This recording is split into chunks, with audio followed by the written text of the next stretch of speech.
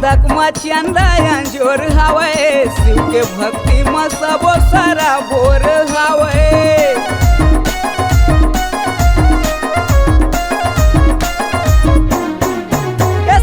मस्तक में चंदा जोर हवे रे, शिव के भक्ति में सबो सारा बोर हवे। सावन महीना महिमा भारी है जी, मांग ले वरदान तोर पारी है जी। सावन महीना महिमा भारी है जी, मांग ले वरदान तोर पारी है जी। संगी भर भर लोटा जल चढ़ा देबो, मने वंचित बोले बाबा लंग वरदान लेबो। संगी भर भर लोटा जल चढ़ा देबो, मने वंचित बोले बाबा लंग वरदान लेबो।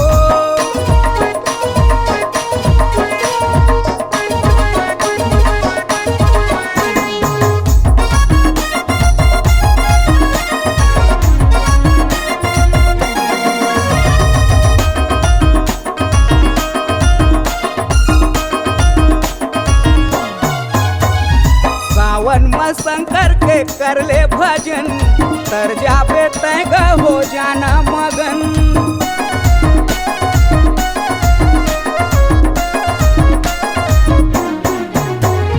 सावन में शंकर के कर ले भजन, तर जाबे तैग हो जाना मगन। अवैया जवैया बोलो बोल बम जी, भक्ति भजन में हमर दम जी।